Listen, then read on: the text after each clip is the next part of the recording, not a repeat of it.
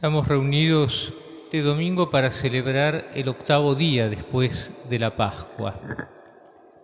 Un octavo día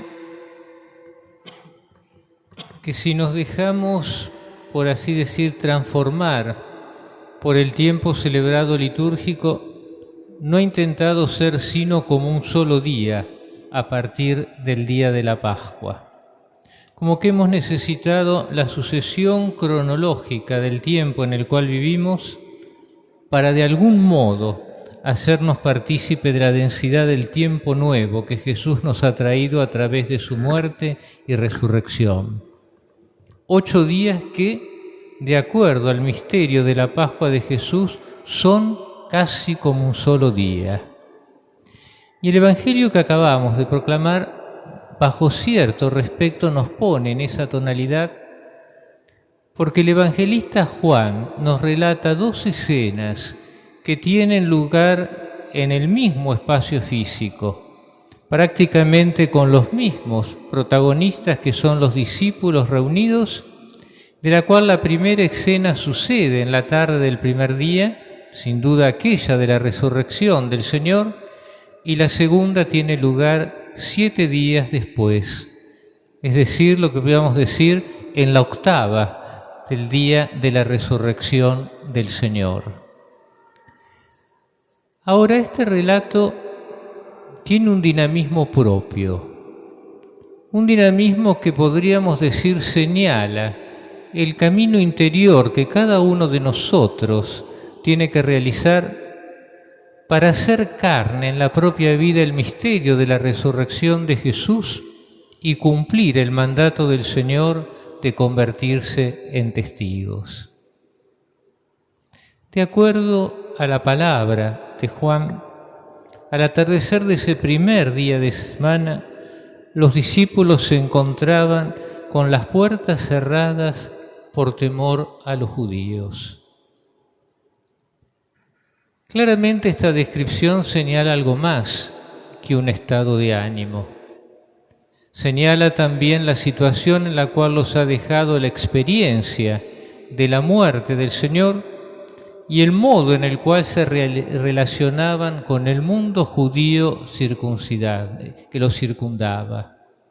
Se encontraban con las puertas cerradas por temor a los judíos. El miedo se había adueñado de ellos. Y cada uno de nosotros en alguna circunstancia de la vida ha tenido o tenemos experiencia del temor. Y lo que ese temor suscita en nosotros, a veces si no es como repliegue en el espacio físico, es al menos en nuestra propia interioridad. Y es en esa situación, en ese contexto, que el Señor se hace presente a partir de ellos, en medio de ellos. Y esa presencia de Dios, esa presencia de Jesús en medio de los discípulos, vence el hermetismo del encierro. Un modo de decir que la presencia del Señor resucitado no puede ya ser contenida por ningún espacio físico. Y en medio de ellos, esa expresión, la paz esté con ustedes. Esta presencia del Señor de algún modo busca superar la sensación de encierro y de temor. Y para mostrarle que es el mismo que habían contemplado crucificado, le mostró sus manos y su costado. Y más allá del primer deseo de la paz, que les llevaría a recordar a los discípulos lo que el Señor había prometido la noche antes de padecer, les dejo mi paz, les doy mi paz, no como las da el mundo, viene ahora nuevamente otro deseo de paz y un envío, en medio de la profunda experiencia de alegría de contemplar el Señor resucitado. Y rememorando lo que fue la acción de Dios sobre la primera creación, el Señor sopló sobre ellos e infundió el Espíritu Santo con un mandato. Los pecados serán perdonados a los que ustedes se los perdonen y serán retenidos a aquellos que ustedes se lo retengan. Esta primera experiencia del resucitado, que irrumpe en el espacio cerrado donde se encontraban con temor, les hace patente que el primer fruto de la resurrección es la paz. Los autores dicen va más que un deseo porque en el original griego no hay verbo, sino que es fruto ya de la paz, como esa plenitud del don de Dios que nos introduce en aquello que será la consumación definitiva del tiempo, donde todo encontrará su plenitud y su culminación en Dios. La segunda experiencia es la experiencia de la alegría, una alegría que nadie podrá arrebatar. Pero al mismo tiempo, quien ha experimentado ese encuentro con el Señor resucitado, y esto es propio de todas las apariciones del resucitado, al mismo tiempo es enviado. No se queda para sí en el mismo lugar. Y para ello, ya como fruto mismo de la resurrección, de acuerdo a la visión de Juan, los discípulos reciben el Espíritu. Un Espíritu que los capacita para perdonar los pecados. Ellos que han experimentado el perdón del Señor se convierten a su vez en ministros del perdón hacia todos los hombres. Y la escena podría haber terminado aquí. Sin embargo, es una ausencia la que señala el movimiento de este texto y la segunda aparición de Jesús 8 días después. Dice que Tomás, uno de los 12, no estaba con ellos cuando llegó Jesús. Y él recibe esa presencia del resucitado a través del testimonio de la comunidad. Hemos visto al Señor. Sin embargo, la reacción de Tomás es: si no veo la marca de los clavos en su mano, si no pongo el dedo en el lugar de los clavos, la mano en su costado, no lo creeré. La actitud y la respuesta de Tomás son la respuesta de aquel que quiere experimentar por sí mismo, aquel que quiere ver y tocar sobre sí mismo, y que por eso mismo, intentando ir más allá de la seguridad que le da lo sensible, se encierra en su soledad y es incapaz de creer en el testimonio de la comunidad. Curiosamente, Jesús no trata de vencer la que nosotros decimos la incredulidad de Tomás, cuando en realidad era la gran lucha interior por creer. No se le aparece el segundo día de la semana, ni la tercera, ni lo sorprende en otro lugar. Será solamente 8 días más tarde, cuando nuevamente los discípulos estaban reunidos y Tomás con ellos. Y nuevamente es la aparición del Señor con la misma expresión: la paz esté con ustedes. Y allí viene la provocación y el desafío a Tomás. Trae aquí tu dedo, aquí están mis manos, acerca tu mano, métela en mi costado. En adelante no seas incrédulo, sino hombre de fe. Lo sorprendente es que Tomás no va y toca las manos y los pies de Jesús. No se acerca y mete la mano en el costado de Jesús. Jesús se ha mostrado a Tomás como Tomás deseaba. Jesús tiene un movimiento de condescendencia para ir a buscar a Tomás donde él se encontraba interiormente respecto a él. Sin embargo, si bien Jesús se ha mostrado a Tomás, no se ha dejado encontrar por él a ese nivel de un encuentro sensible, táctil, de la realidad del Señor resucitado.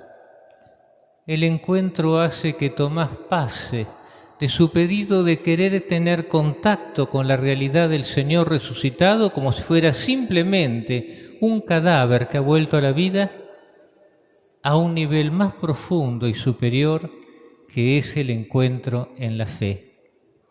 Arrancando del Señor, de Tomás, nada más ni nada menos una confesión de fe, Señor mío y Dios mío. Señor y Dios, dos afirmaciones del Antiguo Testamento que significan reconocer en Jesús la presencia del Dios en el cual Israel había creído a lo largo de las generaciones. Pero no es solamente una afirmación intelectual, es la donación de toda la vida a Jesús, porque es Señor mío y Dios mío. Hay una relación ya personal y total con el misterio de Jesús. Y de allí la bienaventuranza con la cual termina la afirmación de Jesús. Ahora crees porque no has visto, felices los que creen sin haber visto. Sin duda que para los apóstoles la experiencia del resucitado ha sido una experiencia de ver a través de los ojos sensibles una realidad que pertenece ya solamente a la fe, una realidad con la cual el Señor ha querido bajar en condescendencia a nuestra realidad para descubrir mínimamente su realidad ya definitivamente gloriosa junto al Padre y que es la fuente de glorificación del ser humano. De ahora en más, esa buena nueva será motivo de testimonio. Y el testimonio es para cada generación de cristianos el motivo de encuentro con el resucitado, que deberá infundirles la paz verdadera que solo Dios puede ofrecer, que deberá inundar el corazón y la vida de alegría como el encuentro con el verdadero Dios solamente puede proporcionar, que significa recibir una y otra vez el Espíritu que hace nuevas todas las cosas en nosotros, pero que también nos envía como testigos de la misericordia, porque hemos experimentado el perdón de Dios, a comunicar que en la muerte y resurrección de Jesús han sido perdonados definitivamente todos nuestros pecados. Y eso es lo que tiene que ser testimoniado con la vida íntegra de los cristianos. ¿Qué es lo que nos puede impedir vivir esta realidad? El vivir aislados, cerrados sobre nosotros mismos, pidiendo la evidencia que responda a nuestras seguridades. El cortarnos solos y el replegarnos, sino vivir plenamente en la comunidad cristiana, que es el verdadero lugar donde se celebra y se confiesa la fe, y que muchas veces nos exige en medio de nuestras búsquedas y nuestras dudas confrontar para descubrir que la soledad solamente a veces nos puede llevar al escepticismo y a la incredulidad. Pero hay un dato que quizá no tendría que pasar desapercibido. Y es algo que no sucede ni en el Evangelio de Mateo, ni de Marcos, ni de Lucas en la aparición del resucitado. Ante el pedido de ver las llagas y poner las manos, Jesús le muestra a Tomás la llaga de su costado, aquella que abrió la lanza cuando él estaba suspendido de la cruz, para que se cumpliera la escritura de que verán al que ha sido traspasado. Y es precisamente ya en la cruz del Señor donde de su costado brotan sangre y agua, que son los símbolos del bautismo y de la Eucaristía. Y este elemento no tiene que pasar desapercibido. El bautismo en el cual hemos sido purificados e incorporados a Cristo y donde nuestro pecado ha sido totalmente borrado y purificado. Y es la Eucaristía que una y otra vez nos habla del amor hasta el extremo de Jesús por nosotros y de su sangre derramada y de su cuerpo entregado por amor y para hacer de nosotros en el único pan un único cuerpo. Y es desde aquí, desde estos dos signos que siguen siendo testimonio del Señor resucitado, uno que nos ha marcado para toda la vida hasta el encuentro definitivo con el Padre, y otro en el cual nos vamos configurando cotidianamente con el Señor porque Él nos va haciendo más plenamente su cuerpo en la medida que participamos de la Eucaristía, que quizás se manifiesta profundamente la misericordia de Dios. Y por eso quizá en Juan el mandato es: les serán perdonados los pecados a aquellos que ustedes se los perdonen. Como uno de los primeros frutos de la resurrección es la expresión de la misericordia de un Dios que nos ha perdonado los pecados. Cumplirse 8 días de la Pascua del Señor, es esto lo que celebramos este domingo. Ojalá que en medio de nuestros temores, de nuestros encierros, de nuestras incredulidades, la presencia del resucitado irrumpa en nuestras vidas. Que Él infunda su paz, que sea motivo de alegría, que nos haga experimentar con fuerza el Espíritu, pero sin olvidarnos nunca que la manifestación del resucitado se da en el seno de la comunidad reunida, y una comunidad que esté enviada para hacer patente la misericordia de Dios a través del perdón, y para dar testimonio con su propia vida de que el Señor verdaderamente ha resucitado. Y si nosotros transmitimos ese testimonio y al mismo tiempo lo acogemos, seremos de aquellos que somos felices porque hemos creído sin haber visto.